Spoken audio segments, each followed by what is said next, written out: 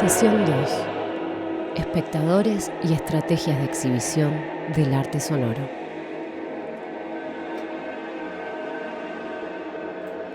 Esta tarde, 27 de junio del 2020, estamos transmitiendo por YouTube desde el canal de la especialización en arte sonoro de la UNTREF. Hoy vamos a recibir a 5 invitados de lujo.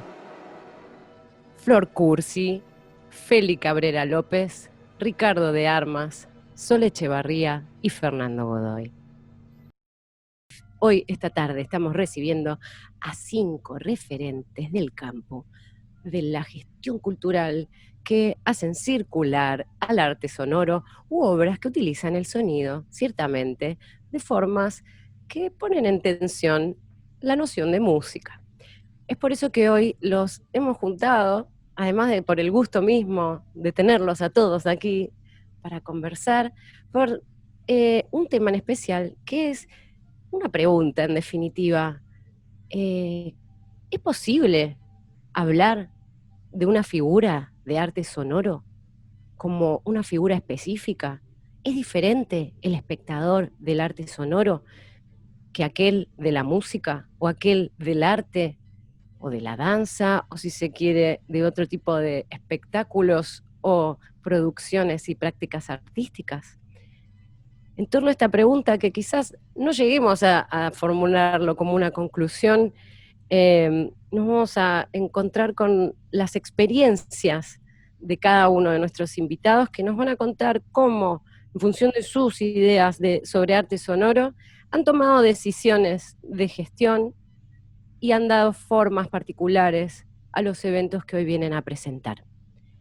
Así que sin más, sabiendo que estamos saliendo en vivo y en directo, vamos a darle paso a nuestra primera oradora, que es Florencia Cursi, que hoy viene a contarnos especialmente la actividad del caso del Centro de Arte Sonoro, el primer centro de arte sonoro de la República Argentina, y me arriesgaría a decir que de la región, como institución, ¿no? Porque además seguramente vas a traer alguna de esas experiencias que vinculan no solamente a los artistas, sino también la cuestión institucional. Flor, te paso la palabra, podés presentarte y presentar tu enfoque. Gracias. Gracias a vos, Mene, por tan hermosa presentación. Bueno, por supuesto no voy a responder a la pregunta que da inicio a esta transmisión, sino que voy a hacer una parábola. No, lo que les quería contar era un poco mi experiencia en el Centro de Arte Sonoro, ¿no? Que es un proyecto que generamos en la Casa del Bicentenario junto a Matías Leni Bruno. Y bueno, este año tuvimos unas incorporaciones en el equipo con Alma Lapría y Martín Sandoval, y bueno, muchas novedades como la radio del caso. Pero bueno, como quería abordar el tema era a partir de una experiencia previa al Centro de Arte Sonoro, así que les voy a adelantar algo de mi próximo artículo titulado "El caso no nació de un repollo". Y en realidad lo que les quería contar era, bueno, justamente esta experiencia previa que fue Casa Tomada. Porque el Centro de Arte Sonoro es básicamente una consecuencia de esa vivencia que tuvimos muchos artistas y hacedores y gestores y visitantes en conjunto, y a partir de lo que fue para mí una experiencia también de escucha de esas vivencias es que se generó el proyecto, y me parece que también nos ayuda a un poco acercarnos a cómo pensamos a nuestros visitantes, espectadores, participantes y todas esas fronteras que son por ahí un poco más difusas de lo que las palabras permiten. En Casa Tomada, este proyecto que les comentaba de la Casa del Bicentenario, partía de una ficción, la puesta en práctica de una ficción que tenía que ver con que la institución, el museo, la Casa del Bicentenario, había sido tomada por artistas. Y lo que tratábamos de hacer no era tanto oponer ficción a realidad, sino más bien pensar qué podíamos hacer a partir de esa premisa, y qué podía pasar, y qué oportunidades se podían abrir, y cómo se podía transformar la vivencia del museo a partir de esta ficción.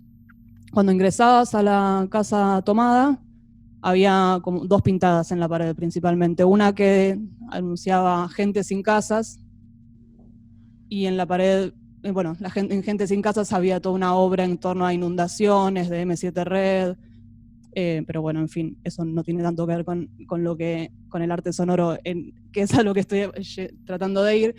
Y al lado, una contrapremisa que era Casa sin gente. Y ahí sí estaba una obra audiovisual, una película de Lisandro Alonso llamada Fantasma, que es básicamente una recorrida por el Teatro San Martín, vacío de humanes. Y eso ponía en foco una cuestión que era el museo como espacio vacío de personas y poblado de objetos. Y eso era para mí un señalamiento, una urgencia en señalar algo que al museo le falta y un deseo de que algo suceda en ese lugar. En Casa Tomada no había cartelitos que anunciaban quién era el artista que había hecho cada obra, sino que se trataba de meter todos estos objetos y formatos y cosas como en una situación para alcanzar cierta verosimilitud y suscitar en el visitante una sensación de estar en el medio de acontecimientos movidos por energías vitales, deseantes, rebeldes, improvisadas. En fin, había talleres de trabajo, dormitorios, salas de ensayo.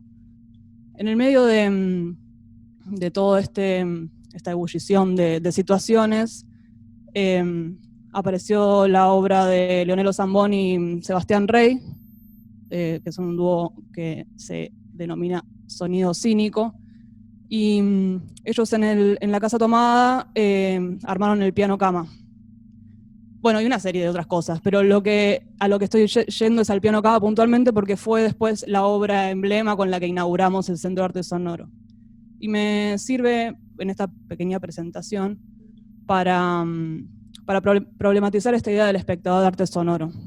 El piano cama, para los y las que no lo conocen, es un piano vertical adosado a una cama, cuya vista general se transforma como en un piano de cola, la cola siendo la cama donde uno se acuesta a escuchar una pieza que a alguien le toca.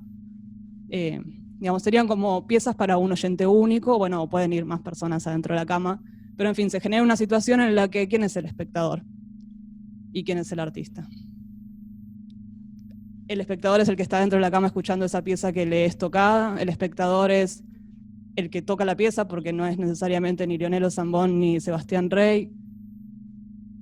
El artista también se convierte en espectador de lo que su propia obra puede generar en otros, o situaciones que ni siquiera ellos imaginaron, como, no sé, otro artista,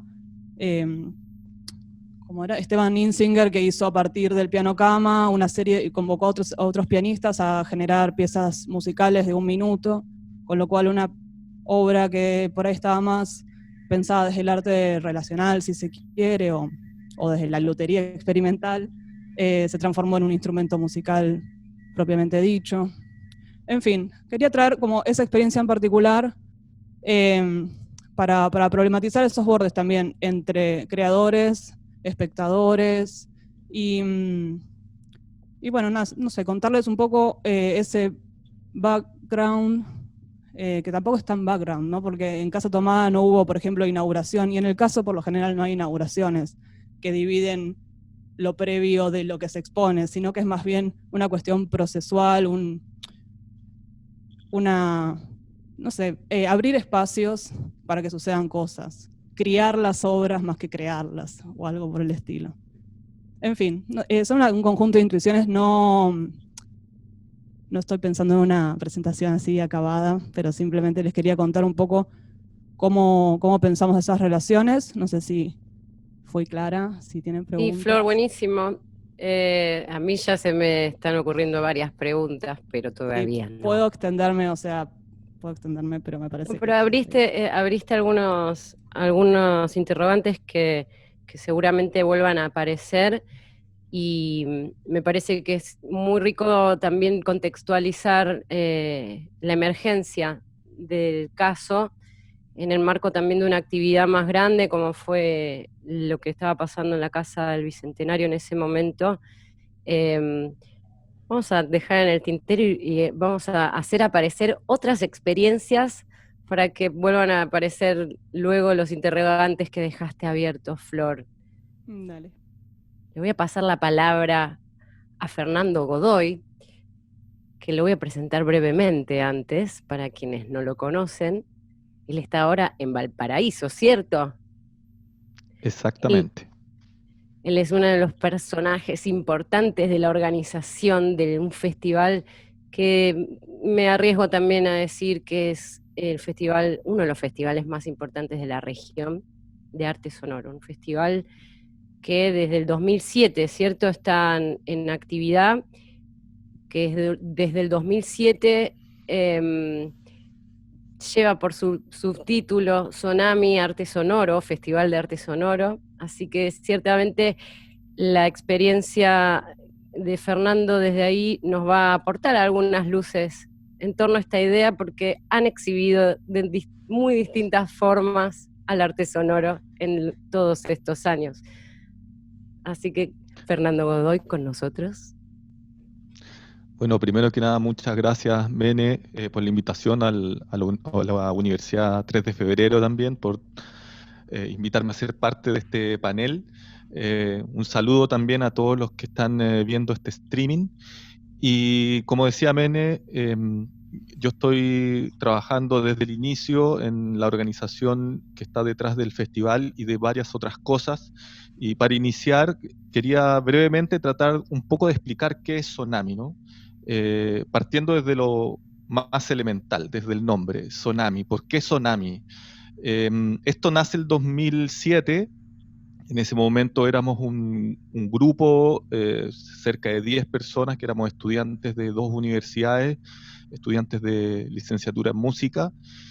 Y básicamente el nombre ya es un gesto que dice mucho sobre lo que va a venir después, porque es evidente que viene de la palabra japonesa tsunami, y hicimos este cambio de la U por la O, ¿no?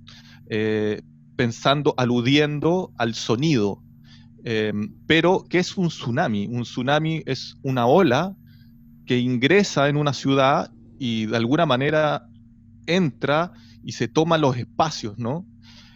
Cuando nosotros partimos el proyecto, partimos de esa idea también. Partimos de la idea de que el espacio donde iba a operar era la ciudad misma, eran los espacios públicos, eran las locaciones del territorio. Entonces, desde el inicio, digamos, existe esa inquietud. Y eso de partida plantea un montón de interrogantes respecto del espectador, ¿no? Hay varias cosas que podemos ir discutiendo después, pero para seguir con esta explicación breve de qué es Sonami, parte a partir de esta idea matriz, digamos, como un festival de arte sonoro, y con el tiempo empiezan a surgir, a aparecer diversos proyectos y se empieza a constituir una orgánica alrededor de esto. Hoy día somos una organización que se dedica al fomento de las prácticas sonoras contemporáneas. Y con los años empiezan a surgir otros proyectos, como por ejemplo el año 2012 aparece una cartografía sonora colaborativa online de Chile y Sudamérica que se llama audiomapa.org, que de alguna manera es un archivo de paisaje sonoro latinoamericano. Luego, el 2014, aparece otro proyecto que es una revista, que se llama Aural, que es una revista que reflexiona sobre el sonido y la escucha en su vinculación con otras disciplinas del conocimiento. Luego, el 2016, aparece un sello que se llama Sonami Records, que ya tiene 8 publicaciones físicas. Aparece una radio, que es radiosonami.org, que ahora está muy activa, también como los colegas de Radio Caso. Y el 2018 aparece un espacio que tenemos nosotros en Valparaíso, que se llama BASE, que es un acrónimo recursivo de Base de Artes Sonoras Experimentales, y que básicamente es un espacio que nosotros gestionamos en torno a prácticas sonoras contemporáneas. Entonces, la organización a lo largo de estos 13 años ha desarrollado todas estas líneas que de alguna manera nosotros identificamos básicamente en tres. Una tiene que ver con el fomento disciplinar, digamos, de las artes sonoras. Otra tiene que ver con la educación, porque también tenemos varios proyectos, sobre todo ahora que tenemos este espacio, hemos desarrollado varios proyectos de formación. Hay un diplomado de arte sonoro, hay una escuela para niños y niñas, y una tercera área que tiene que ver con el archivo, que bueno, ahí está Audiomapa, está la revista, están parte los contenidos que genera la radio, etc.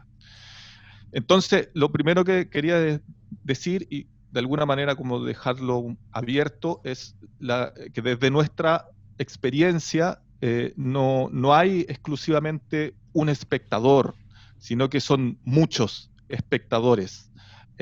Y en nuestro trabajo hemos ido apuntando a distintos tipos de espectadores de arte sonoro, por así decirlo. Eso, para iniciar. Buenísimo. Los muchos espectadores. Qué lujo, chicos, este día. Ahora vamos a retomar todo lo que... Yo no quiero spoilear mis pensamientos porque quiero arrojarlos en el debate que va a venir a continuación. Así que voy a silenciarme para darle la palabra ahora a una experiencia bastante diferente, pero también muy, muy, muy activa dentro de la escena del arte sonoro, que es la de Sol Echevarría, que viene en representación de la Galería Acéfala, que como su nombre lo dice, no tiene una sola cabeza, en realidad dicen acéfala, podría ser bicéfala, ¿no? La galería que, bueno, llevan ya varios años también haciendo, moviendo, vamos a decirlo como en términos más de la calle, arte sonoro, la actividad de artistas que utilizan el sonido, pero tiene otro perfil. Ciertamente no apareció ni tanto en Caso ni en lo que contaba hoy Fernando en especial, pero podríamos decir que en tu caso la galería no ha organizado conciertos, por ejemplo. ¿Qué ha hecho la galería? Contanos, Sol, por favor. Gracias. Bueno, gracias, Mene, por la presentación y también por haberme invitado a formar parte de este diálogo. Bueno, como bien decís, me gustaría empezar hablando de Acéfala, una galería de arte que fundamos junto con mi hermana Bárbara en el 2015, en un espacio que originalmente era el garage de un edificio del barrio de Palermo.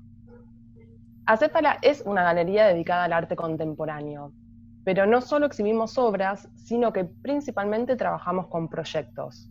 Es lo que más nos interesa, cuando un artista nos cuenta algo en lo que quiere trabajar, la idea de un proyecto que quiere hacer con nosotras. Lo acompañamos en el proceso, con nuestro feedback, y también buscamos un curador o a un teórico que le aporte su mirada. A veces trabajamos por un año o más con un proyecto con un artista. Además, en la galería hacemos foco en obras site-specific, es decir, hechas especialmente para y en el espacio. Y a partir de ahí implementamos una modalidad que llamamos artista residente, porque un mes antes de hacer la exhibición le damos las llaves, literal, así toma las llaves de la galería para que mude su taller al espacio y termine la obra in situ. En el transcurso de estos 5 años, trabajamos con varios artistas que tienen obras de arte sonoro. Quiero hacer un paréntesis y aclarar que desde mi perspectiva, considero lo sonoro como un lenguaje más a poner en disposición de la creación artística y no tanto como una disciplina o estética separada. Una de las primeras piezas sonoras que exhibimos en la galería y después llevamos a una feria de arte es Derrumbe, de Juan Sorrentino. Y quería contarles un poco sobre nuestra experiencia. Las palabras mágicas creo que eran señor director. ¿Puede mostrar la obra? Si la cámara me lo permite. Si la cámara lo permite. Bueno, él estuvo como artista residente En algún momento va a aparecer, no sé si apareció la imagen ya. Estamos viéndola, les oyentes están viéndola, Buenísimo. les audiovisionantes. Bueno, Juan Sorrentino estuvo como artista residente y trabajó el último mes del proyecto en Acéfala, donde construyó su obra acompañado por los curadores Merlina Rani y Cristian Espinosa. A simple vista, la obra era un muro. De hecho, esa es la impresión que se tenía al entrar en la galería, que había una pared atravesando el espacio. Pero enseguida se sentía una vibración en todo el cuerpo y el muro temblaba. Al pasar para el otro lado del muro, se podía ver su funcionamiento, que es 2 parlantes invertidos que vibraban intermitentemente con un lapso de aproximadamente 10 o 15 segundos, haciendo temblar su estructura de hierro y de ladrillos. La obra se llama Derrumbe porque la idea es que con las vibraciones sonoras el muro se va viniendo abajo lentamente. Ante el predominio de lo visual, lo sonoro se mostraba como una disidencia que subvertía el sentido y la totalidad del muro. Es muy interesante como ante la imagen sólida y contundente de lo que es y de lo que implica en nuestra sociedad un muro, aparecía lo sonoro, trabajado como una fuerza. Porque el sonido tiene eso, ¿no? La capacidad de invadir el espacio, atravesar los objetos y los cuerpos, hacernos vibrar íntimamente, podríamos decir. Los sonidos nos envuelven como un olor cuyos límites no son claros, porque no hay adentro y afuera del sonido. En la medida que lo sentimos, formamos parte de él. Esto me lleva a la segunda parte que quería contarles, que fue cuando llevamos la obra a Arteba. Para los que no saben, Arteba es una feria de arte que se lleva a cabo en La Rural todos los años, bueno, excepto en abril y mayo. Dura 4 días y van alrededor de 80.000 y 90.000 personas. Su público es heterogéneo. Artistas, coleccionistas, instituciones como museos nacionales e internacionales, viene gente del Guggenheim, para dar un ejemplo, y también público general, que va a ver. Ahí llevamos, además de otras piezas, y bajo la curaduría de nuestra querida Mene, aquí presente, una versión del muro que tenía 3 metros de ancho y 2 de alto. Los stands, es decir, los módulos que ocupa cada galería, son pagos. En nuestro caso, nosotros estábamos en Barrio Joven, que es a donde van las galerías que tienen entre 1 y 3 años de existencia, son las jóvenes galerías, y el precio es 5 veces menos, 6 veces menos que lo que es en la sección principal. Cuestión, que el espacio físico para poner las obras es limitado, más en el Barrio Joven, que es más chico. ¿Pero qué pasa con el sonido? No había un reglamento claro respecto del espacio sonoro que una obra podía ocupar. Más teniendo en cuenta que no era un sonido musical o una voz o algo figurativo que se escuchaba, sino una suerte de vibración que se sentía con el cuerpo. Así fue que terminamos ocupando casi toda la feria. Digamos, me gustaría leerles un fragmento de una nota que publicaron en Inrocuptibles, que acá lo tengo. Dice, cita: si estás caminando distraídamente por los elegantes pasillos de Arteba y de pronto te sorprende un sonido bajo, vibrante y profundo que pareciera meterse dentro de tu cuerpo, no te asustes. No son elefantes del zoológico que cruzaron la calle y tomaron el predio de La Rural. Se trata de la propuesta sonora y visual que expone en Acéfala el artista chaqueño Juan Sorrentino, llamada Derrumbe. También salieron notas en La Nación, en Clarín, en Buenos Aires Herald, entre otros. Menciono esto no solo para jactarme, sino para decir que la obra no pasó desapercibida. Y fue muy interesante lo que la incorporación de lo sonoro trajo aparejado en un contexto predominantemente visual. Volviendo al interrogante un poco que planteó Mene como disparador de esta charla, no podría hablar de un espectador de arte sonoro específicamente. En mi experiencia trabajé con varias obras de arte sonoro. Esta que traje para compartirles es un ejemplo, entre otros. También la expusimos con artistas como Connie Castagnet y Romina Casile en la galería y en ferias. pero siempre fue bajo el contexto de arte contemporáneo. Así que bueno, con esto cierro un poco mi presentación. Espero que hayan disfrutado el recorrido, esta pequeña aventura. Muchísimas gracias, Sol. Muy ilustrativo. Y sí, claramente en otro tipo de circulación, pero de nuevo apareció lo sonoro como algo más grande que lo artístico, ¿no? Que después vamos a volver seguramente sobre las condiciones de la escucha, ciertamente, ¿no? Vamos a pasar a Feli, que si bien hoy está en Buenos Aires, Feli, que es artista, también que se vincula con la gestión, hoy está en representación de un festival que tiene base en Colombia, que es Estéticas Expandidas, que desde el 2018, si no me equivoco, están en actividad, llevan 2 ediciones y una ahí, ¿no? en situación de convocatoria, como nos está pasando a todo lo 2020, ¿no? En las cuales el sonido ha sido parte de la programación de diversos modos, pero no ciertamente se han referido al arte sonoro en particular. Podríamos decir que la inclusión en este panel tiene que ver con esta atención, que también tienen muchas obras que sueltas, por ahí las encontraríamos circulando como arte sonoro, y que por ahí las abrazan festivales como Estéticas Expandidas. Te paso la palabra, Feli, para que nos cuentes tu experiencia desde ese lugar. Vale, Mene, gracias. Gracias por la invitación a la especialización. A ustedes, que re lindo escucharles y compartir.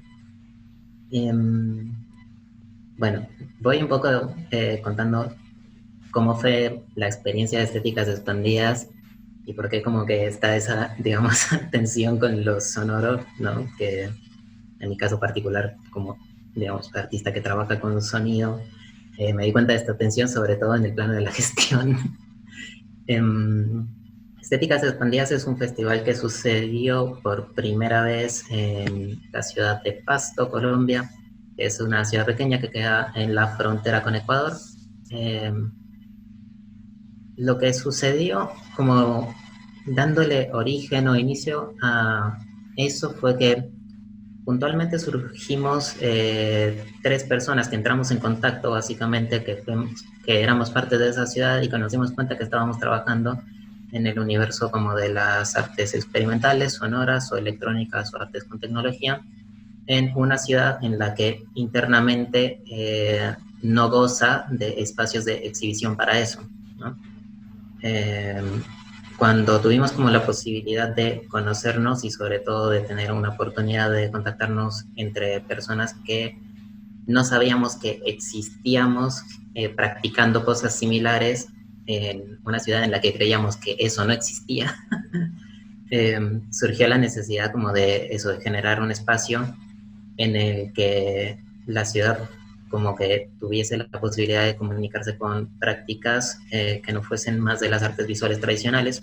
Es una ciudad que tiene un carnaval muy grande y gran parte de la exhibición cultural tiene que ver con ese tipo de obra, más vinculado a el arte tradicional y de artesanal.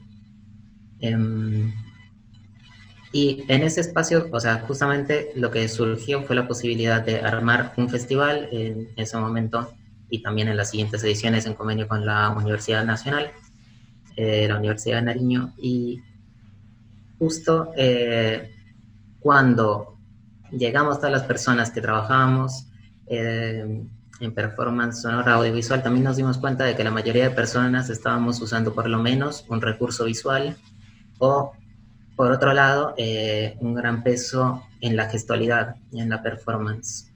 Entonces, desde ahí empezó como a generarse una idea de que la aproximación del festival tal vez no tendría que tener a futuro en sus siguientes ediciones un foco en lo sonoro, sino un foco en lo transdisciplinar y un foco en la posibilidad de conectar distintos universos. O sea, sentimos en en ese momento que una de las cosas que más nos interesaban de eso que llamábamos arte sonoro era la posibilidad de indagar en el sonido fuera de la performance tradicional musical, o bueno, de la música grabada, ¿no? Digamos, como de la acusmática, de un CD. Como que al darnos cuenta de esa potencia, digamos, empezamos como a gestionar líneas curatoriales que iban más con otros temas, conservando el sonido como algo que nos interesa muchísimo por las personas que conformamos el festival, pero no poniendo el foco en eso, digamos. Para mí, puntualmente, una de las cosas que me resulta más interesantes a pensar en la gestión del arte sonoro es desde qué lugar, digamos, se empieza a tomar esa materia sonora. A mí una de las cosas que me gustan del sonido es que considero eso, que es una materia, o sea, es una materia completamente diferente a la materia visual, es completamente diferente a la materia, no sé, escultórica, objetual. Y desde ese lugar también hay una cosa que creo que tiene que ver un poco con lo que mencionabas hoy, con la obra que mencionó de Juan Sorrentino, y es que es una materia queriendo o sin querer vinculante. O sea, para trabajar con lo sonoro también hay que trabajar con que todo lo sonoro intenta pegarse por todas partes porque, bueno, no es dirigido, ¿no? Digamos como que se escapa al control en cierta manera, sobre todo en los espacios. Y en resumen, lo que nos terminó pasando fue que nos dimos cuenta que las obras que estábamos exhibiendo se juntaban justo desde ese lugar como una materia vinculante desde el territorio de lo sonoro, pero que a la vez entre sí todas eran como tan diferentes y el festival terminó resultando tan, digamos, ecléctico, si se quiere, que, o sea, se puso un poco en jaque esta idea de qué sería el arte sonoro, al menos para nosotros desde la gestión. O sea, había lugares en los que parecía un poco más evidente o más obvio, como en las performances que gestionábamos, pero de hecho hasta eso nos cambió. Empezamos a denominar esos eventos como performance y no como conciertos, porque nos dimos cuenta de que había como no solo una ejecución instrumental, sino que había muchísimo interés en lo que pasaba más allá de la ejecución de esos instrumentos, ¿no? Digamos, en comparación a una performance musical, por ejemplo. Y bueno, un poco de esa manera ha ido funcionando y de esa manera ha funcionado como las otras actividades en las que hemos participado. Estéticas Expandidas tiene como foco, digamos, de más peso esos festivales que se han dado en esa ciudad, pero también hemos colaborado con la curaduría y gestión de otras actividades, incluso acá el año pasado con el Festival Escalatrónica de la Universidad de Lanús, o con, bueno, no sé, la Universidad de las Artes en Ecuador, y etcétera. Y creo que un poco lo que, no diría diferenciado, pero sí un poco lo que nos ha caracterizado es eso, como buscar puntos de contacto estéticos y poéticos que vayan más allá de la materia con la que se producen las obras. Y después, bueno, sí, por un interés propio, que suenen, pero por un interés como muy más personal, digamos. Eso es Buenísimo, todo. Feli. Muchas gracias por compartir tu experiencia. También muchas puntas, ya estoy anotándome cositas que se tejen entre lo que han hablado y tengo algunas preguntas. Aprovecho antes de presentar a mi querido Richard de Armas y agito para los espectadores, la audiencia, la audiovisionencia, inventando palabras en vivo y en directo, puede también ir pensando preguntas, para eso está el chat. Vamos ahora a presentar a Ricardo de Armas, también un activo gestor cultural desde la ciudad de Bahía Blanca, que además de ser un artista, instrumentista también, de orquesta, tiene como todas las facetas. Ciertamente lleva muchos años trabajando en esto, parecido a lo que estaba contando Feli, en este lugar de disolución o expansión del sonido, y desde el 2009, ahí me miro mi machete, organizaron junto con Raúl Minsur el Festival Bahía en Sonora, que hoy seguramente que nos va a traer algunas experiencias de ello. Te paso la palabra, Ricardo. ¿Qué tal? ¿Cómo están todos? Un gusto estar acá en este streaming, segunda sesión de Transaural. Y tengo que contar un poco mi historia, cómo fue, cómo llegué al arte sonoro, cómo llegué a la experimentación con el sonido, cómo llegué a la expansión desde el sonido hacia otros lenguajes estéticos y cómo llegué a la gestión. Porque de alguna manera yo me había formado, es un poco contar así informalmente mi historia, me había formado para otra cosa. Yo quería ser violonchelista y logré ser un violonchelista profesional. 32 años de una orquesta sinfónica oficial del Estado que me permitió de alguna manera tener un proyecto de vida a partir de la música, ¿no es cierto? Pero no me alcanzó con ser intérprete. Enseguida sentí la necesidad que estaba, la necesidad de crear, porque me sentía incompleto. Decía, es maravilloso tener una actividad como la sinfónica, donde permanentemente estás interpretando a los grandes de la historia universal de la música, pero que de alguna manera eso resuena y resignifica mucho en el momento de la creación, pero necesitaba sí o sí crear. Entonces me acerqué al sonido, a su relación con la tecnología, y enseguida yo disparé para lo experimental. Me di cuenta que por ahí quería estar, y desde lo experimental hacia la expansión, hacia otros lenguajes. ¿Por qué? Porque de alguna manera hice la lectura que no quería ser un compositor instrumental, simplemente porque veía que los momentos históricos eran otros y que después de la cuarta sinfonía de Tchaikovsky, por ejemplo, o de la octava sinfonía de Dvorak, no había mucho para escribir de la maravilla que son esas obras, ¿no es cierto? Pero sí había todo un campo virgen para explorar y desarrollar en esto de la relación del sonido con la tecnología y con la expansión hacia otros lenguajes. Me acerqué entonces, ¿y cuál fue mi primer problema? Mostrar mis obras. ¿Cómo hago para mostrar mis obras? Entonces, esto de gestionar, de generar espacio, nació como una genuina necesidad de mostrar mi trabajo, porque asumo uno de los paradigmas del artista contemporáneo, que genera sus propios espacios, a diferencia del artista institucional, tradicional, como en mi faceta de músico sinfónico, donde no tengo que gestionar nada, están todas las fechas tomadas, llego al ensayo, está la atril, la partitura, todo, el director, es otra historia totalmente diferente. Pero acá me vi en la necesidad de gestionar mis espacios. Y así nació, mucho antes de Bahía en Sonora, otros espacios, desde 1995, los cuales funcionaron realmente bien para lo que yo preveía que podía ser una ciudad como Bahía Blanca, una ciudad chica del interior, con una ideología muy conservadora, muy tirando hacia la derecha, que no ofrecía de alguna manera un campo fértil como para esto. Pero me equivoqué porque esto funcionó casi como anticuerpos, ¿no es cierto?, para tanta ideología que andaba dando vueltas por ahí que no me gustaba, ¿no? Entonces, así nacieron los festivales. Y a partir de 2008, no 2009, como seguramente te dijo Raúl, nació Bahía en Sonora.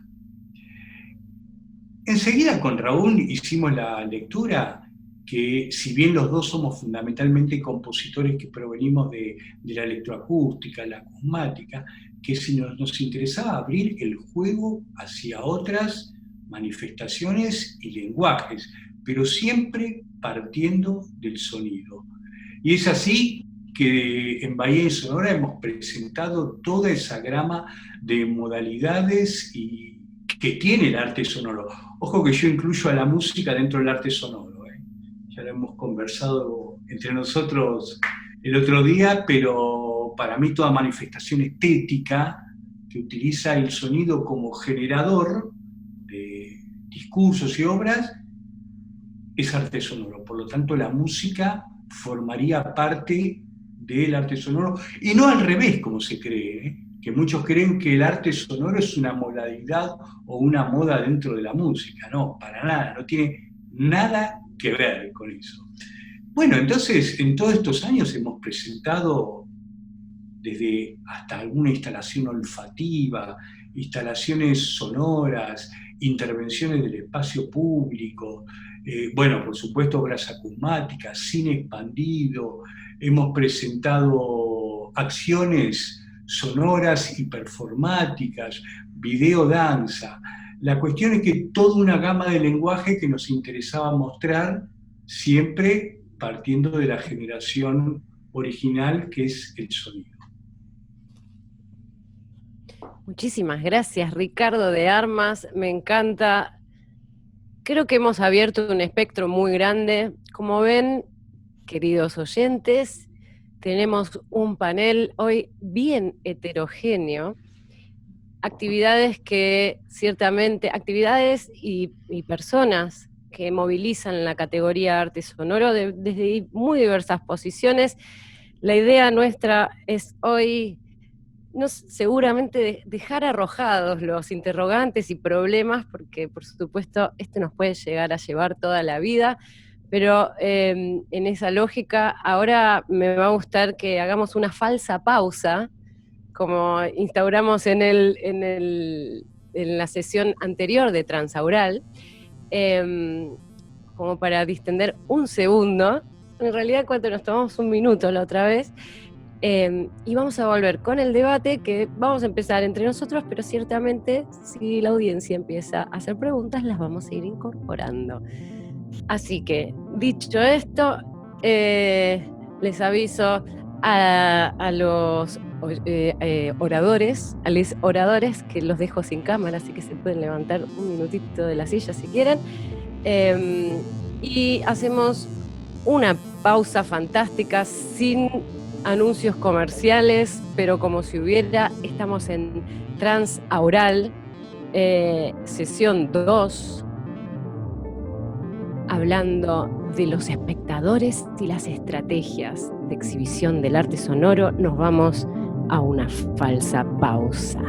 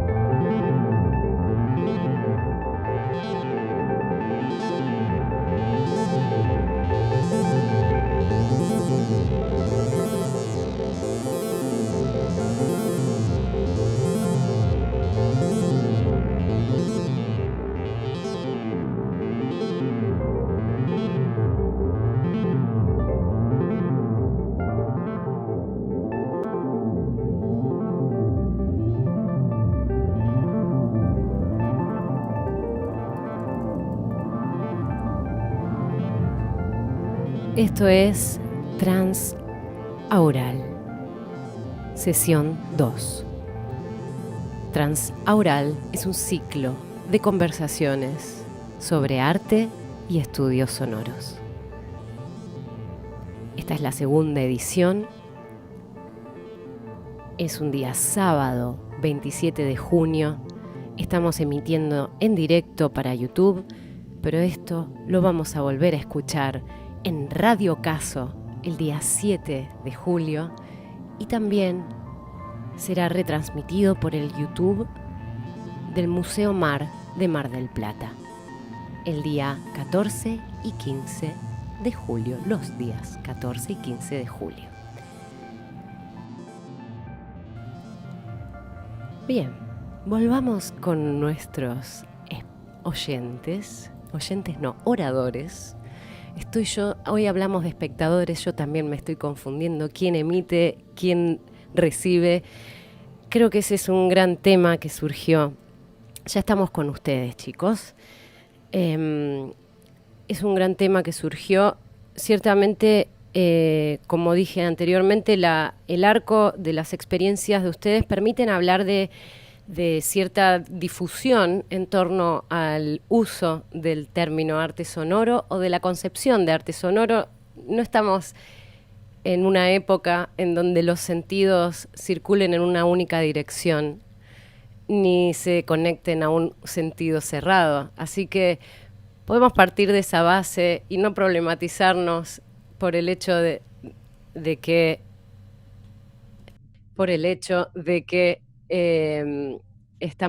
no me estaban escuchando nuestros oradores, disculpen, problemas técnicos. Estaba haciendo una reflexión acerca de los sentidos en la contemporaneidad, hablando de cómo en esta mesa que tenemos tan diversas perspectivas, no vamos a llegar a querer construir un único sentido del arte sonoro, porque ciertamente eso es un rasgo que nos interesa y que ciertamente hoy lo estamos encarando desde justamente cómo estas diferentes concepciones de arte sonoro llevan a que los gestores culturales lleguen a tener diferentes estrategias a la hora de diseñar sus actividades.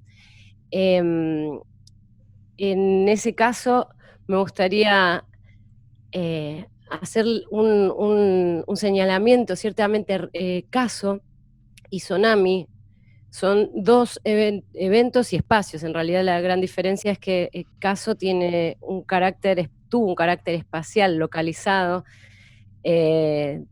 y ahora nos va a contar Flor quizás en qué estado está, pero ciertamente se definen desde su nacimiento como eventos de arte sonoro, ¿sí? En esta lógica, el caso de Sonami nos permitió ingresar un término que es el de intervención sonora, ¿no? Y cuando hablaste, Fernando, de cómo el festival desde el origen se pensó en la ciudad, tomando a la ciudad como sustrato. Y me gustaría que desde esa, te quiero hacer una pregunta ahora a vos, que me gustaría que después entre ustedes, entre los demás, la puedan expandir a la respuesta, pero en principio pensar como desde esta idea de que un festival de arte sonoro se sitúe desde la localía, ¿cómo se configura el rol del espectador en un lugar en donde los límites son difusos? ¿Y qué se espera? ¿Qué comportamientos se esperan de esa figura de espectador? Gracias, Mene. Es una súper buena pregunta. Desde nuestra experiencia particular, podríamos decir que nosotros tenemos una concepción o una idea del arte sonoro que es bastante keynesiana, por así decirlo.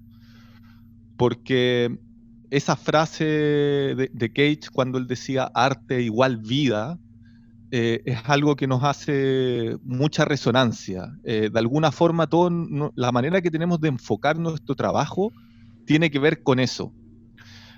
Tiene que ver con que la potencia que identificamos en estas prácticas sonoras contemporáneas está justamente en que pueden salir de los espacios tradicionales e ingresar en la realidad, ingresar en el territorio, ingresar en la ciudad.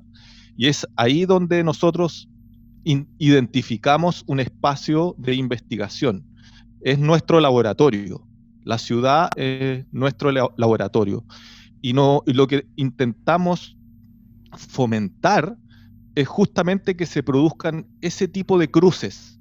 Entonces, si bien, claro, en el festival hemos hecho un montón de exhibiciones, hemos hecho también performatividades, cosas en sala, donde uno podría hablar de espectador más bien tradicional.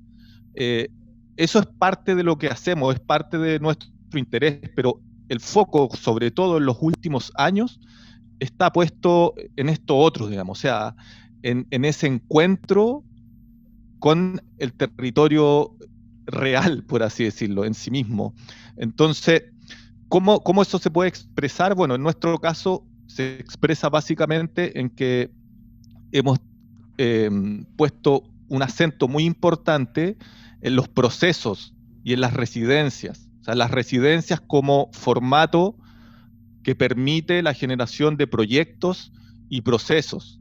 Y cuando invitamos a los artistas, nosotros les ponemos ese pie forzado, les decimos, ok, pero la idea, o te invitamos, digamos, a que tú reacciones al contexto, que reacciones a la ciudad, que reacciones a distintos lugares de la ciudad. También hay que decir que nosotros estamos en Valparaíso, que no sé si todo el mundo conoce Valparaíso de los que están siguiendo este streaming, pero es una ciudad en Chile bastante particular. No es una ciudad más de las ciudades de Chile, digamos. Es una ciudad que, primero que nada... Desde lo urbanístico, ¿no? Desde lo urbanístico... Sí. Sí, desde lo urbanístico sin duda, pero también en términos de la cultura que tiene una identidad muy, muy fuerte, muy particular.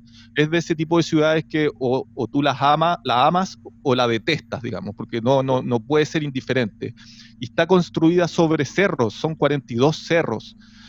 Y tiene, en términos urbanísticos, no existe el urbanismo aquí, porque fue generación espontánea, por así decirlo. Emergieron las casas, y tú puedes ver cómo las casas cuelgan de los cerros, y hay una especie como de relación con la gravedad muy particular en esta ciudad.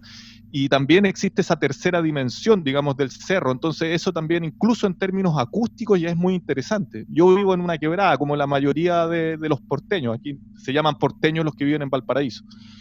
Y yo puedo escuchar lo que ocurre en el Cerro del Frente, puedo escuchar cuando pasa el camión del gas percutiendo los balones para venderlos, puedo escuchar la música que pone el vecino de por allá. O sea, hay una relación con la distancia muy, muy particular. Entonces, Bien. todas esas variables van configurando también, yo creo, ciertas maneras de vincularse con esta idea de espectador, que como decía al inicio, yo pienso que para nosotros es imposible hablar de el espectador o los o las espectadores. O sea, es plural, digamos, a eso voy. No es único, sino que son muchos y son distintos. Claro. Creo que igual ahí... Sí, perdón. Dale. Se me ocurría porque en definitiva reiteraron, creo que en casi todas las exposiciones aparece esta complejidad de la figura, ¿no? Quizás nombrarla en singular no es más que el afán de tratar de caracterizar, justamente de generalizar, pero sí creo que están, o lo pregunto ahora, pero me dio la sensación de que hay algo en común entre todos los que están aquí en la idea de que es compleja la figura del espectador y que de repente, bueno, ahora vos estabas contando estas características de la ciudad y particularmente servían también para pensar en esas actividades de Sonami que salen a la calle, cuando también el Sonami programa conciertos y también tiene instalaciones dentro de lugares, pero ciertamente en todos esos espacios se esperan o se suscitan distintos comportamientos y por ende también distintas conexiones por parte del espectador. Esta figura compleja quizás podríamos pensar que justamente está haciendo permanentemente ese análisis entre lo escucho como música, lo escucho como arte, lo escucho como mundo, como entorno sonoro, como si hubiera un ajuste entre todas las posibilidades que parecen, que el Festival Tsunami al menos lo propone así de complejo, esta imagen compleja del espectador. Quiero ir a preguntarle a Flor ahora que se me ocurría esto, y hay algo que los voy dejando pensando, porque quiero encararlo por el lado de algo que también dijo Fernando, que es esta procesualidad y relacionalidad que vos señalaste, Flor, que estuvo al inicio de Caso, de las actividades de Caso, y que en particular lo presentaste como la tensión entre el espectador y el creador. ¿Quién es el que hace la obra? ¿Quién es el que la está expectando, si existe ese verbo? Volviendo un poco a lo que decía Fernando recién, que se identificaba por ahí con esta concepción medio de arte igual vida. Bueno, ¿quién es el espectador de una vida, por ejemplo? O sea, ¿vale hablar de espectador si arte igual vida? No sé, me lo pregunto. Un poco en esos términos me lo estaba preguntando, más allá de que quizás tomé la experiencia situada, digamos, de una obra de arte en particular, o que nosotros podemos hablarla como una obra de arte, pero también podemos hablarla como un objeto inanimado que está ahí para que funcione de determinada manera en determinado momento. Ahí lo que, no sé, me parece que entra un poco en juegos esa diferencia entre trabajo vivo y trabajo muerto, que quizás nosotros cuando nos situamos nos ponemos a pensar en una obra de arte, hay como una cantidad de trabajo cristalizado en un objeto, y en cambio el trabajo vivo, que es un poco de lo que estamos hablando, es como siempre en gerundio, siempre se está haciendo, y este gerundio, siempre estar haciendo, es una imposibilidad para la obra de arte, por más antiobjetual, procesual, performática que sea. Siempre hay una aquí y ahora, siempre queda atrapada en un sustrato material, que puede ser video, texto, una reseña, lo que sea. Un poco me parece que la apuesta tanto de lo que estaba hablando Fernando con Tsunami, como de los encuentros que hacemos en Caso, es permitirse esas zonas como de gerundio absoluto que no pueden ser capitalizadas por nada, ni por una galería, ni por la institución pública, ni por el mercado, ni por nadie. Es lo que está pasando. Son versiones. No sé si vale hablar Pero de igual ciertamente, perdón, me parece que ahí aparece como un ideal también, Flor, que ciertamente Total. cada uno de ustedes como gestores tiene sus ideales, pero también hay algo de la realidad. ¿Cuáles son los espacios en los que concretamente llevaron al arte sonoro o a las poéticas que utilizan sonido? ¿Cómo entonces en el caso de Caso, me encanta porque Caso adquiere muchos sentidos en esta conversación? El caso de Caso, sí. Que Caso es el Centro de Arte Sonoro.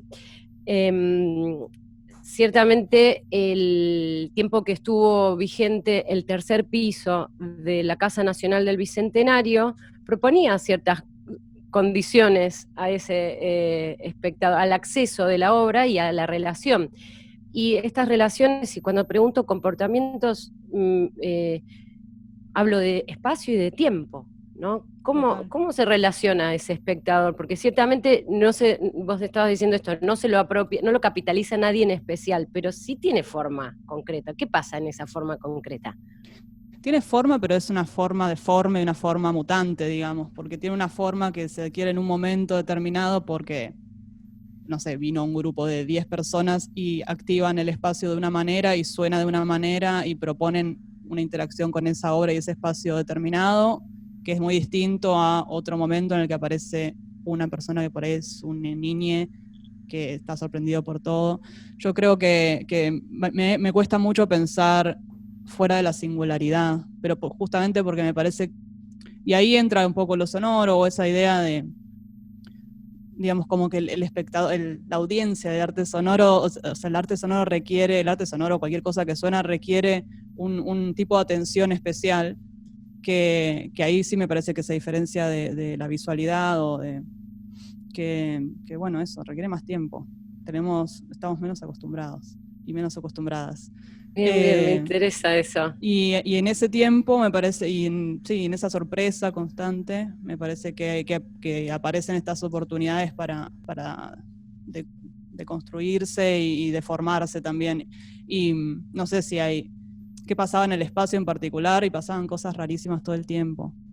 Y van a volver a pasar, quiero anunciarte, Mene. Muy bien, es una gran noticia que me estás dando en vivo y en directo y que va a ser replicada en la Radio Caso también.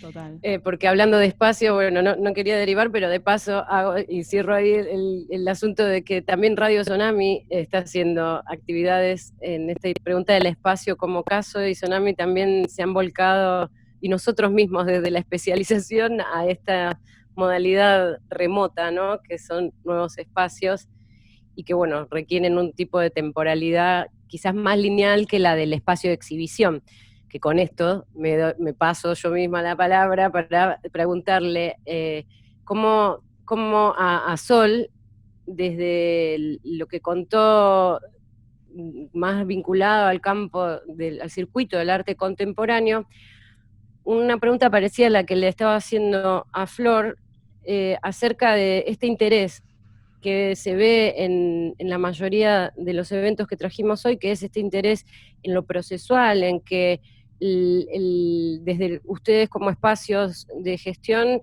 están propiciando hablaron de criar obras, ¿no? De esta cosa de que el rol desde la institución o el espacio que permite que exista la obra no es el de exponer, sino el de acompañar su gestación o su desarrollo, como ciertamente después también existen instancias de circulación que, por ejemplo, trajiste a colación la de Arte Va, que me parece que es un ejemplo muy paradigmático, esa nota que también leíste acerca de la sorpresa, que significa que aparezca el sonido.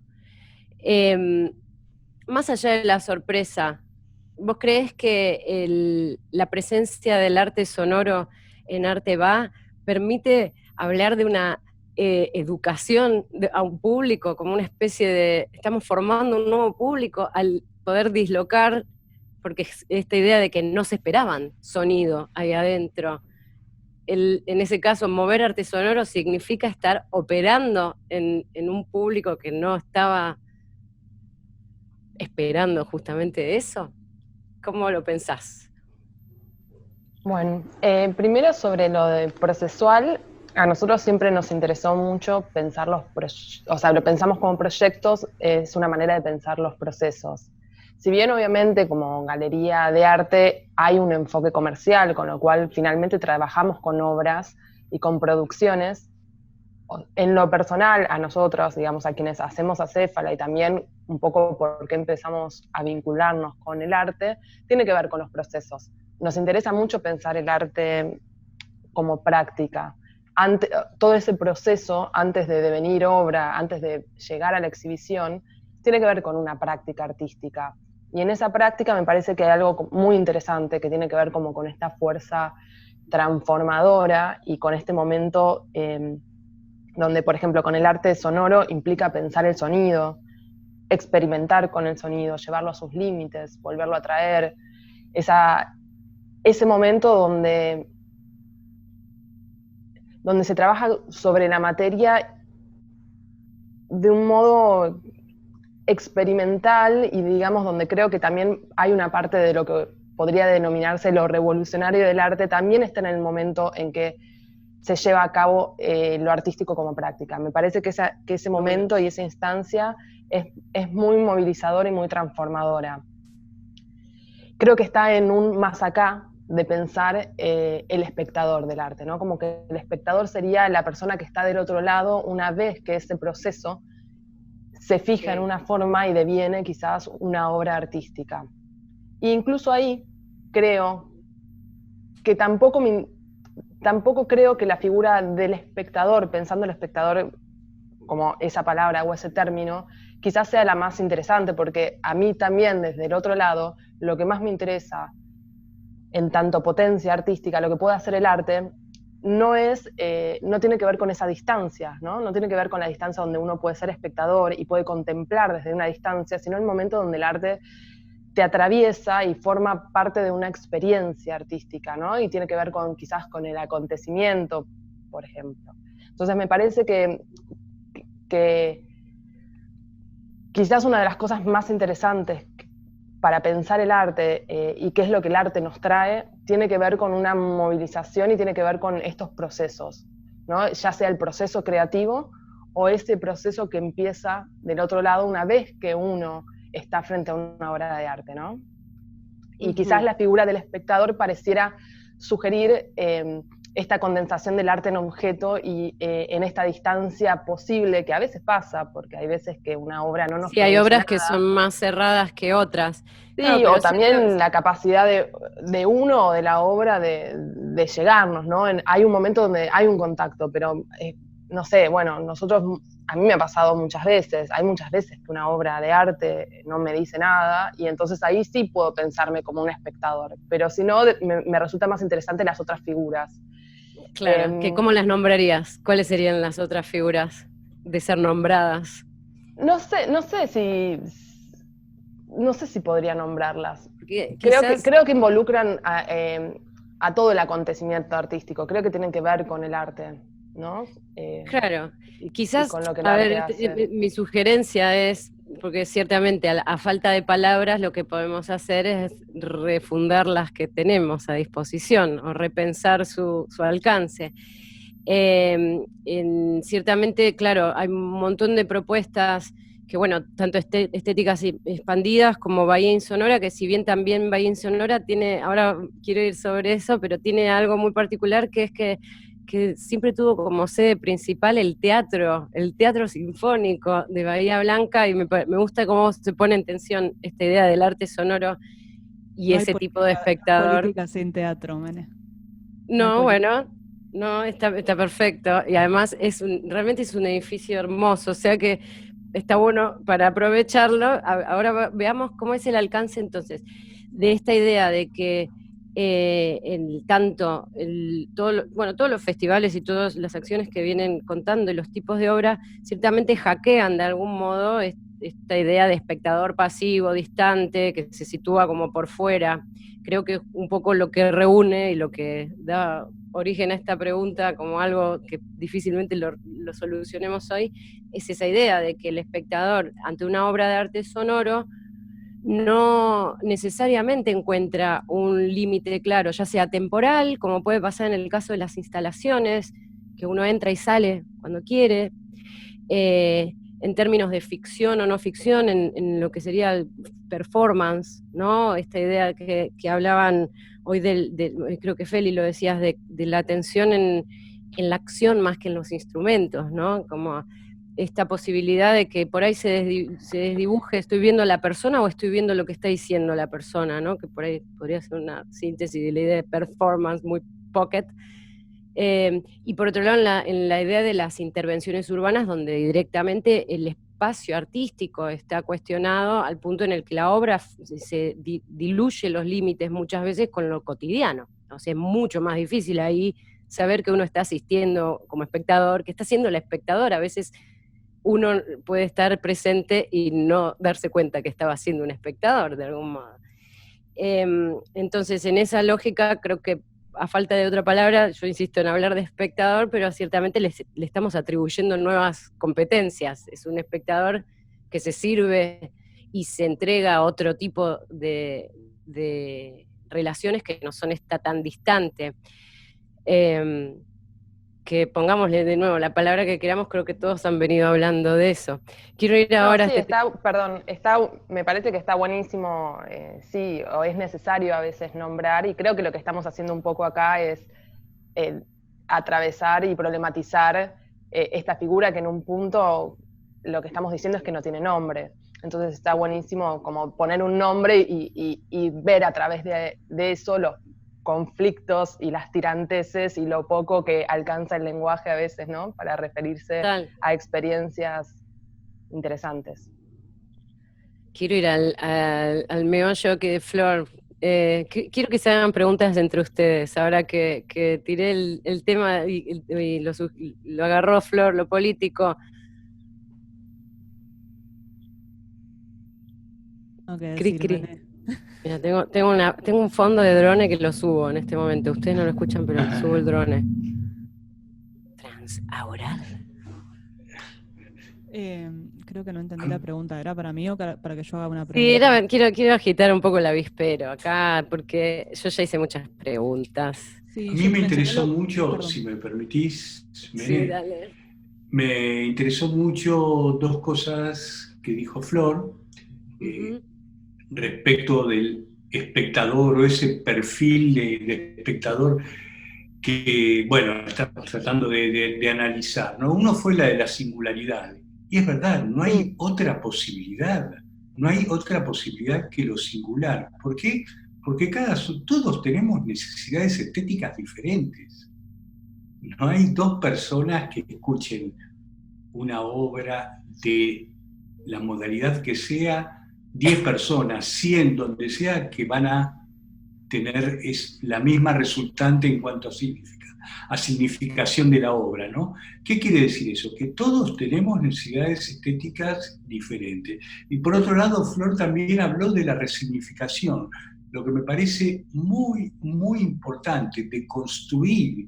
Yo creo que el espectador, como el creador, en este momento de esta posmodernidad que estamos viviendo, casi en los finales, supuestamente según los filósofos, tenemos una oportunidad que nunca tuvo el ser humano en toda la historia, ¿no?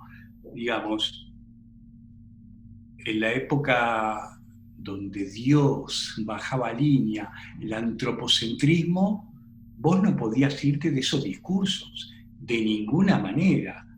Más adelante, en la contemporaneidad, en la modernidad, el antropocentrismo, donde aparecieron todos esos grandes relatos, de los cuales vos tampoco podías irte de ese centro que daba sentido. Pero lo bueno de esta posmodernidad o finales de posmodernidad que estamos viviendo es que no hay un centro que dé sentido. No hay un centro. Por eso todo convive y por eso esa singularidad a la que se refirió Flor y a esa necesidad de construirse, de sacar ese constructo que nos quedó como un condicionamiento cultural para realmente abrirnos hacia otro tipo de escucha sin ningún tipo de prejuicios. Ujú. Totalmente, y si hablamos de lo político, bueno, eso me parece súper político, ¿no? Que Y claro, haya que atender a la singularidad y dedicarle tiempo y espacio y tal. Volviendo a los espacios del arte sonoro, como que yo lo pienso más como si fuese una especie de portal en el que uno entra a cualquier situación y la nombra arte sonoro y lo que está abriendo son espacios de escucha y que me parece que ahí se podrían englobar muchas de las cosas que estuvimos diciendo, ¿no? Son como prácticas que nos permiten escucharnos, escuchar a los otros, escuchar otras experiencias y bueno, tratar de construir juntos sentidos, como que de última o de primeras, ¿no? Los artistas son eso, hacedores semióticos, totalmente. gente que hace sentido. Alguien en el chat, alguien en el chat, cuando nos preguntábamos sobre cómo podríamos nombrar de otro modo, Gaspar Gálvez dijo, actuante inmersivo. Está bueno lo de actuante. Coenunciador, a mí me interesa también esa palabra, por ejemplo, ¿no? Viene más del palo de la lingüística, pero sería, en vez de pensar en emisor y receptor, pensar que justamente quien está del otro lado de la escucha está también trabajando para que ese sonido exista de algún modo. Cómplice. Entonces, claro, coenuncia. Cómplice, qué linda palabra, ¿eh? Cómplice, bueno, ciertamente tenemos muchas. Muy romántica, claro, ¿no? a ver, igual yo voy a traer de nuevo lo político, porque si bien yo estoy también en lo personal, ahora habla Mene, ¿no? Desde también mi punto de vista, pero la idea de la singularidad es ciertamente muy importante en esta idea de que justamente cada coenunciador va a estar ofreciendo nuevas trayectorias de algo que alguien está proponiendo, pero hoy estamos reunidos aquí y los hemos invitado como gestores culturales y al tomar decisiones, ustedes achican el espectro de lo posible, de esas trayectorias infinitas que podrían ocurrir. Ciertamente ustedes dan espacio a obras y las presentan desde un aparato discursivo que invita a escuchar de algún modo. por ahí Feli que no habló, me parece que hasta ahora, después de tu ponencia, me parece que te puedo dar un pie importante con esto a esta, justamente, la ausencia de la categoría arte sonoro, la disolución definitiva en este evento, en donde, conociéndote a vos, conociéndote en donde vos te movés, incluso como artista, sí, estás muy cercana a la categoría de arte sonoro, y sin embargo, en lo que es el planteo del evento, está diluido, y hoy hablaste esta idea como transdisciplinar, o de esta idea de, no sé, de ver qué pasa en las fronteras, ¿no? No sé si te invita a comentar algo de esto. No, sí, totalmente. Sí, yo estaba como justo en todo lo que decían, como que se me mezclan un montón de cosas, como siempre, por lo transdisciplinar, que tiene que ver como que siento que, claro, cambia muchísimo tomar decisiones en ese sentido más de la gestión, y que tienen que ver, muchas veces se vinculan con lo ideológico, con lo político, y somos subjetividades que igual después terminamos ejerciendo algún tipo de poder, ¿no? Porque terminamos eligiendo algunas cosas y otras cosas no, sobre todo si le damos espacio a alguien y a otra persona no, cuando estamos en ese rol de la gestión.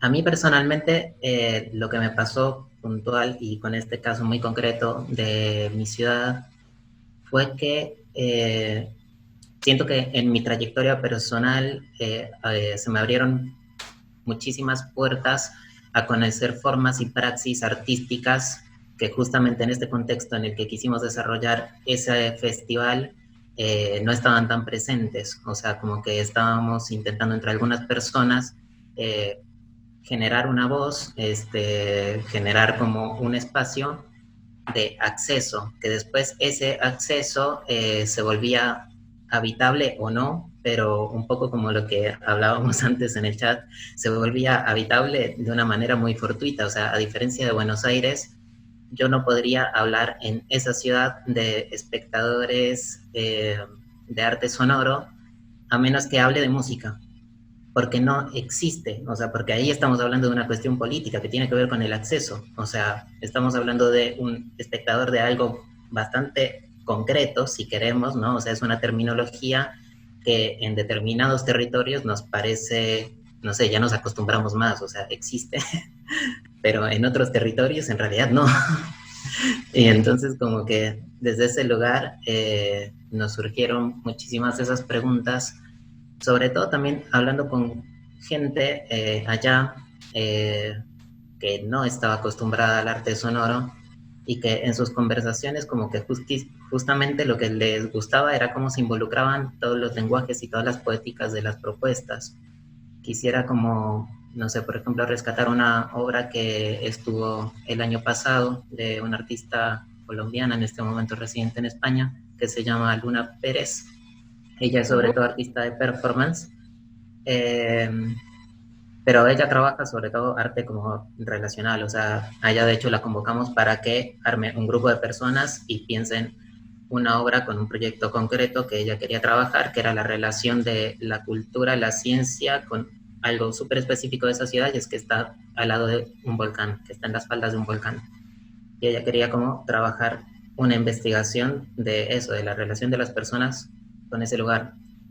Y estuvo trabajando todo un mes, trabajando con un observatorio vulcanológico, trabajando con chamanes, trabajando, yendo a caminar al volcán simplemente, trabajando como muy específicamente en el sitio. Y después de todo eso, sucedió, fuera, o sea, dentro de muchísimas cosas que ella sumó en su instalación, o que el equipo sumó en su instalación, había dos componentes sonoras muy fuertes, y es que había el dibujo de una silueta de un volcán que tenía un control de motores, que la silueta tenía un cable, y esos motores con la vibración en algún punto iban rompiendo los cables, y claro, tenían un peso de sonoridad muy, muy fuerte. Y por otro lado también había registros del rumor no del rumor del volcán, pero bueno, registros sismográficos que se trasladaron a sonido y que movían montañas de arena. Y, o sea, esto tenía una materialidad sonora muy, muy fuerte, pero justamente como en ese tipo de obras, yo pensaba como, o sea, en realidad acá todo lo que pasó y lo más importante fue el diálogo entre esas personas, o sea, fue el diálogo entre las personas que conformaron ese grupo, las personas que visitaron el volcán, en esa discusión entre ser un equipo de gente que quiere pensar entre la ciencia más positivista, o sea, como un observatorio vulcanológico, y las ciencias más, digamos, no sé, arquetípicas de la región, que era dialogar con chamanes y su relación con esa entidad, porque es una entidad y tiene alma, digamos, ¿no? O sea, como que... Pero vos estás hablando, Feli, vos estás hablando de eso como una obra. Sí.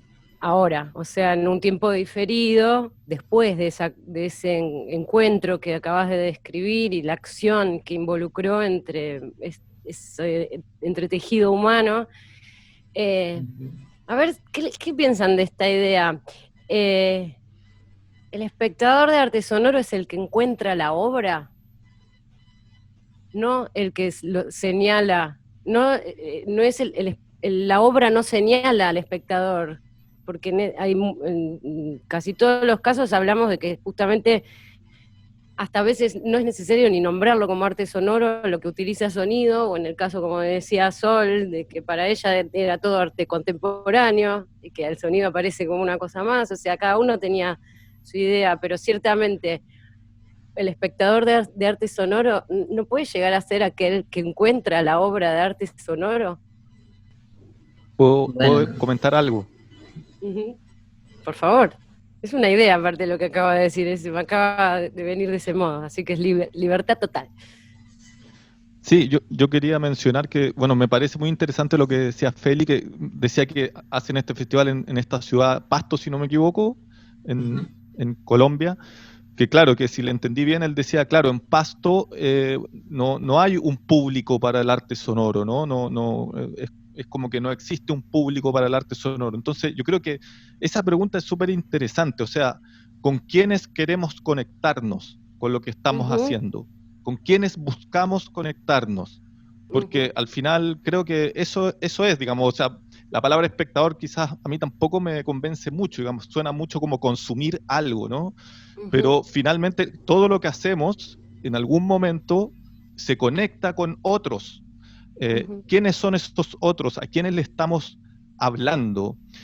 Y lo otro que considero muy interesante de pensar es cuando hablamos de estas ideas de espectador o estos otros, siempre estamos pensando en que son otros que vienen y se encuentran con un objeto de arte. ¿Qué pasa entonces cuando el foco está puesto en el proceso? ¿Qué pasa cuando durante, como decía Feli también, durante el proceso empieza a involucrarse una comunidad de gente, ¿no? Un grupo de personas? ¿Ellos qué son? No son artistas tampoco necesariamente, están en un estado extraño, ¿no? A mí me parece que ese tipo de espectadores son muy interesantes. Por lo menos nosotros desde Sonami hacia allá apuntamos, más allá de mostrar obras, apuntamos a generar esas conexiones con esos otros que no necesariamente son especialistas o gente instruida que sabe de arte sonoro, sino que puede ser la señora de la esquina, puede ser la señora del almacén, puede ser al final cualquier persona, ¿no? Y es generar esos cruces con otros. Me parece que ahí está la potencia, por lo menos de cómo nosotros entendemos el arte sonoro, que permite esa posibilidad. A nosotros, en ese sentido, a nosotros nos está haciendo mucho más eficiente la radio que la sala de exposición, por ejemplo, para vincularnos con otros. ¿Por qué? Porque creo que quizás el espectador de sala de exposición es poco otro, ¿no? Es medio similar a nosotros, como que ahí sí tenemos una recurrencia de hacedores y espectadores. En cambio, me parece que desde la radio se nos acercaron propuestas mucho más, como quizás tenga que ver con la cultura radiofónica, ¿no? Como que todos tenemos una relación con la radio que no tenemos con el arte sonoro. Y en esa escucha radical me parece que aparecieron como propuestas desde artistas visuales que quieren hacer radio hasta gente que nunca hizo radio ni se acercó al arte sonoro, que quiere armar algún proyecto con sus vecines O sea, a mí me está Se amplía. funcionando más, sí. Tenemos unas palabras en el chat que me parecen interesantes relevarlas. Anders Klumpe, no sé cómo se pronuncia tu apellido, Anders, te pido disculpas. Celebra que no estemos hablando de público, porque dice, es una categoría con la que se suele abordar el tema de los espectadores por parte de la lectura hegemónica del mercado economista, dice Sí, Anders. del mercado y de la gestión, ¿no? Yo estudio, o sea, en cualquier estudio de gestión cultural se habla de una matriz de públicos que uno tiene que realizar antes de generar un proyecto, ¿no? Como que los objetivos de un proyecto tienen que ser mensurables, con un plazo determinado, y toda una serie de cuestiones que son completamente ideológicas y, claro, bueno. marketineras. Sí, Formateadas, claro, marketineras como porque es el segmentar. marketinero, Sí. digamos, porque sí, es que en definitiva me parece que la riqueza nos tocó encontrar esta palabra en común, pero creo que de lo que hemos venido hablando es de cómo tratar de describir todo el esfuerzo que implica la organización de un evento, ¿no? Cómo ese esfuerzo va detrás de una necesidad de encontrar una repercusión, una escucha. Y bueno, me parece que la riqueza de la variedad de los invitados de hoy tiene que ver justamente porque cuando se habla de arte sonoro estamos ante un campo que se resiste a definiciones cerradas y que quizás ese sea el valor. Hay que romper, sí. A ver, por favor. Hay que romper muchos condicionamientos culturales también, sobre todo desde el público, pues no queremos usar la palabra público, ¿no? Pero espectador. Cuento con ejemplo. Y tanto de distintas manifestaciones tan disímiles como de una orquesta sinfónica, como de un concierto o evento donde entran varias manifestaciones o modalidades del arte sonoro. Una señora que trabaja en casa que siempre le decía, ¿por qué no veniste? Avísame, yo te dejo una entrada para que vengas a escuchar una sinfonía. Me decía, no, pero ¿sabes lo que pasa? Primero me decía, no tengo ropa. Eso es primero. Y después me decía, no entiendo qué es lo que quiso decir Beethoven con una sinfonía. No entiendo, no tengo la preparación adecuada. Yo le decía, pero no tenés que tener ningún tipo de preparación.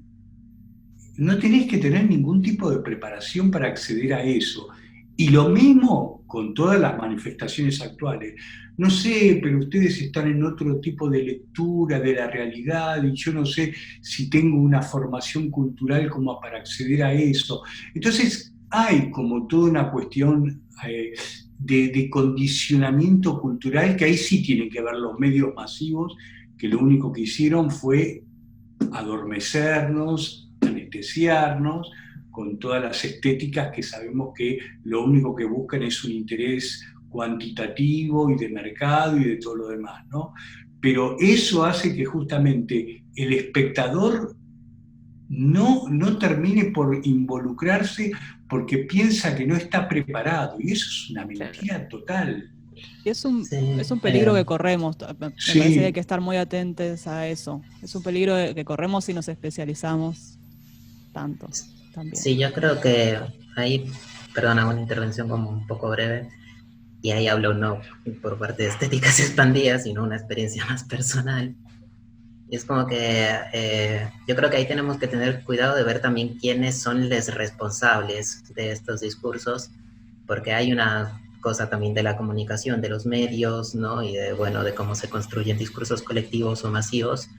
Pero también me parece que a veces tenemos que tener muchísimo cuidado con las personas que somos quienes nos involucramos ahí, porque también yo he vivido muy personalmente una cosa de que el arte sonoro es y lo otro no, o sea, incluso en términos de llegar a juzgar, por ejemplo, expresiones y manifestaciones populares y demeritarlas a causa de que, no sé, resultan no ser tan, ni idea cuál es la palabra, erudita, supongo.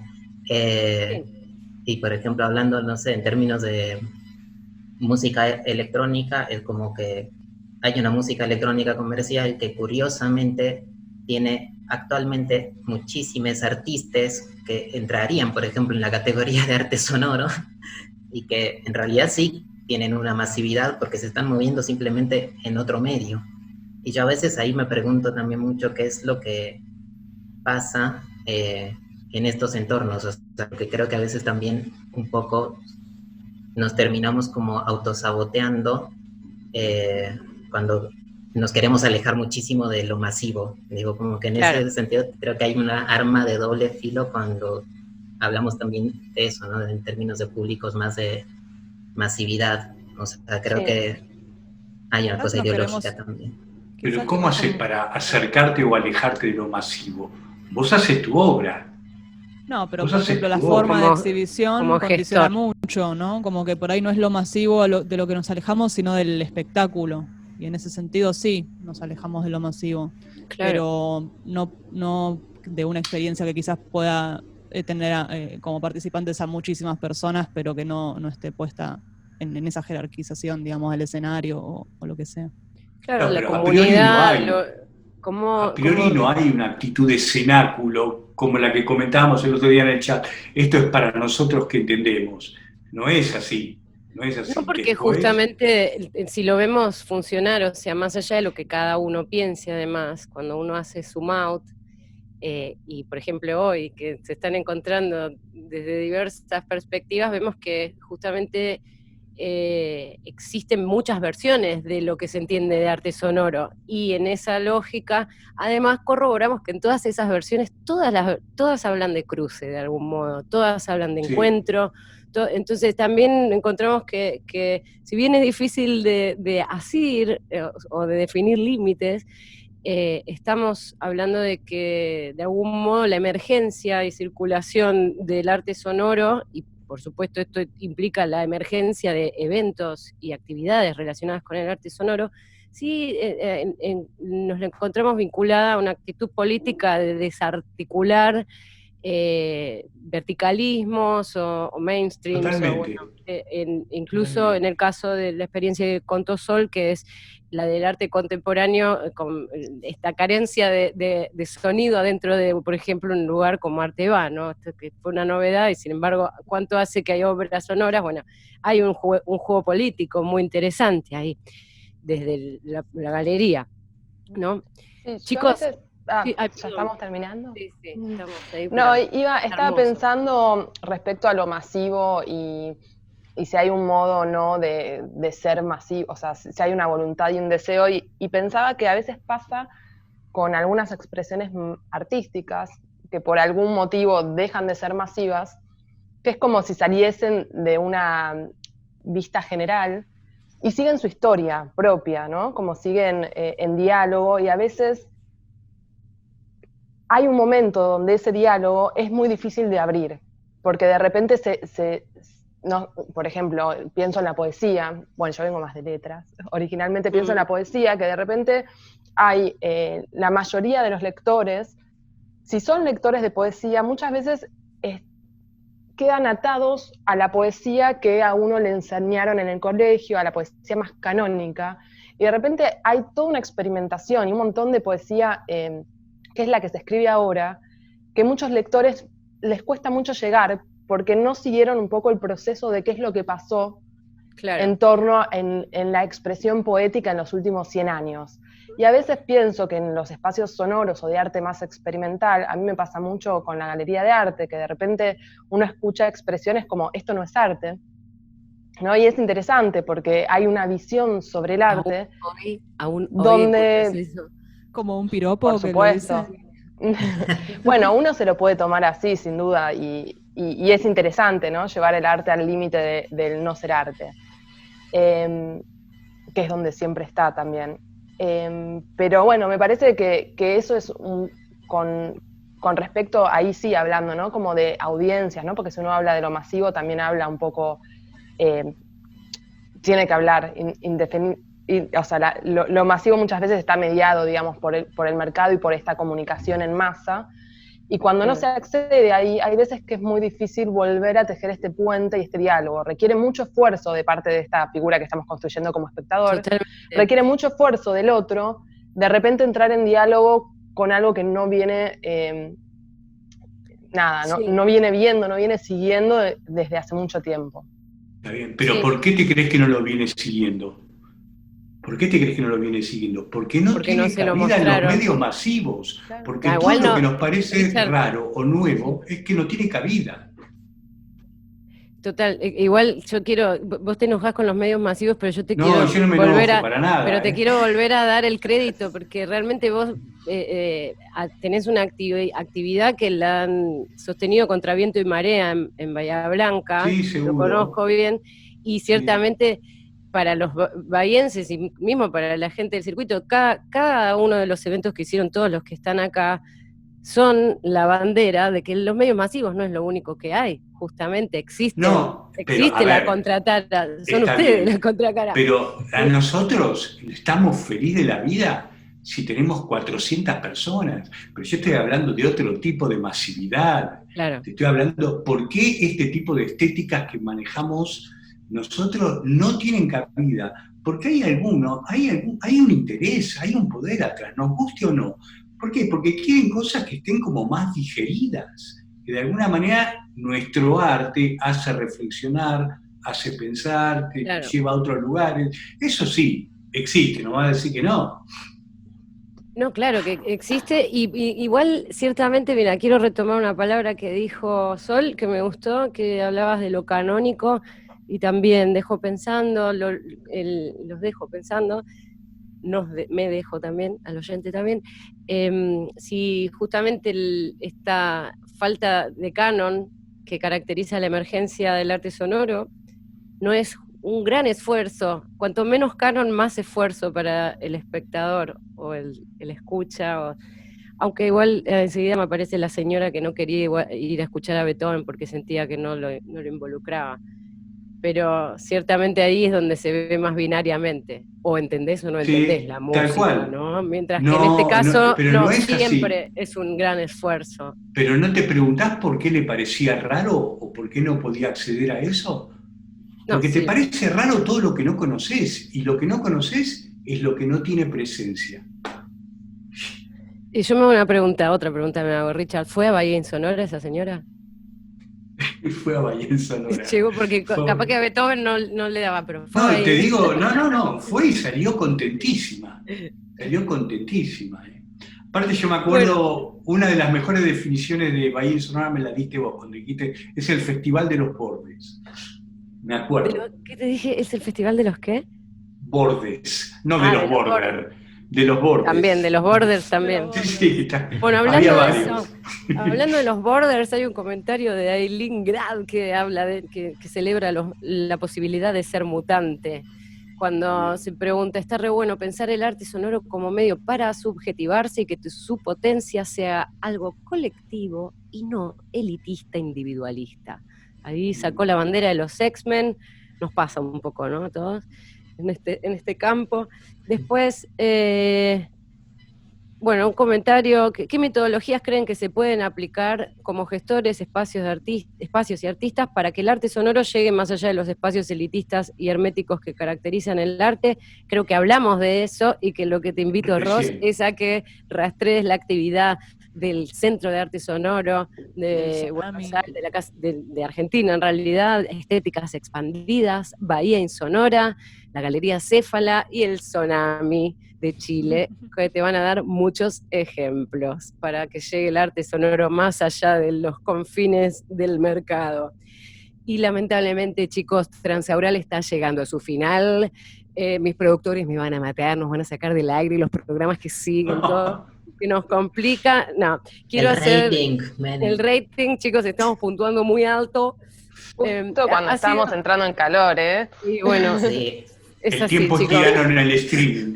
Podemos hacer una sesión 2', así como una variación de la sesión 2 en otro momento. Para mí ha sido un enorme placer tenerlos a ustedes aquí. un lujo para, como, digamos, desde la especialización, lo que significa recibir los que hayan aceptado esto, y también desde lo personal como investigadora y además militante, si se quiere, con esta actitud de también querer forjar mayor escucha de las propuestas que se están moviendo en este campo. Me parece que es vital que se conozcan, que se conozcan al mundo todo su esfuerzo, así que arengo también al público oyente, a que ahí están pasando los links en el chat, a que se metan, investiguen un poco más, porque hoy hablamos muy poquito de lo que pasa, y estén alertas. Es el momento en el que les digo, ¿quieren pasar algún chivo, alguna propuesta de lo que están haciendo, convocatorias ligadas a los eventos? En breve sale la convocatoria de Bahía en Sonora para La Llamada. Es una convocatoria para miniaturas que tienen que ser reproducidas, las seleccionadas por los viejos teléfonos de Entel que tenemos en el Museo Ferro White, y allí está Nicolás Testoni, que es uno de los coordinadores de Bahía en Sonora también, así que en breve sale esa convocatoria. Bien, atentis. Entonces, los demás, Tsunami. Sí, yo quería a todos los que nos están viendo y escuchando invitarlos también a sintonizarnos en radiosonami.org. Estamos súper activos ahora a raíz de la pandemia. Hemos descubierto que la radio tiene un potencial increíble. Me imagino que los amigos de Caso están más o menos en lo mismo. Y todos los días tenemos estreno, tenemos programación las 24 horas, tenemos programas especiales, hay mucha actividad, así que nos pueden seguir también en el Instagram, que es Sonami Arte Sonoro. Sonami se escribe con una T al inicio. Muy bien, ahí lo van a transcribir al chat.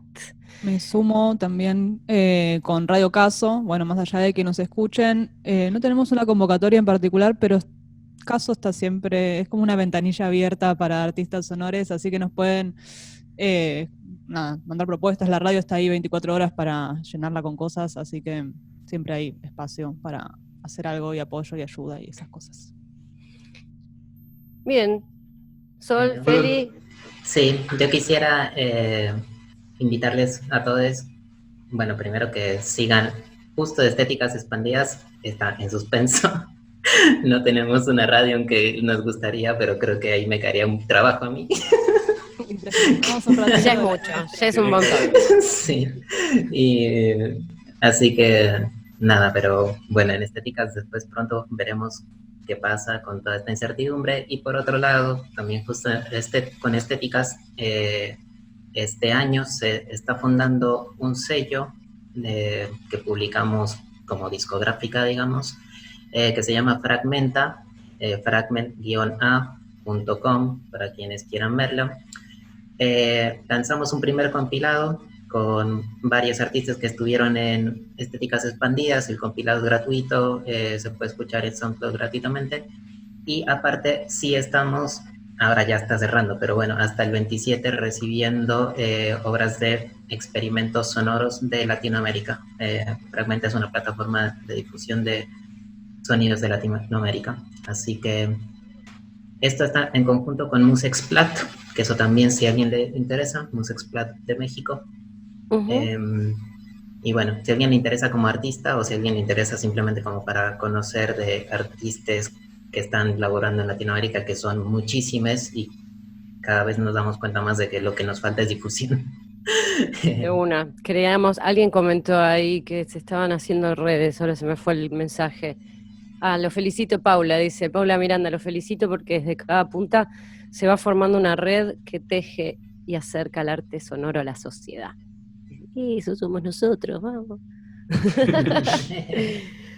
Bueno, ¿Sol, algo en cartelera? No, básicamente, justo a cuenta de este comentario, me parece súper importante estos espacios y estar ahora reunidos y que haya gente del otro lado del chat y de la pantalla.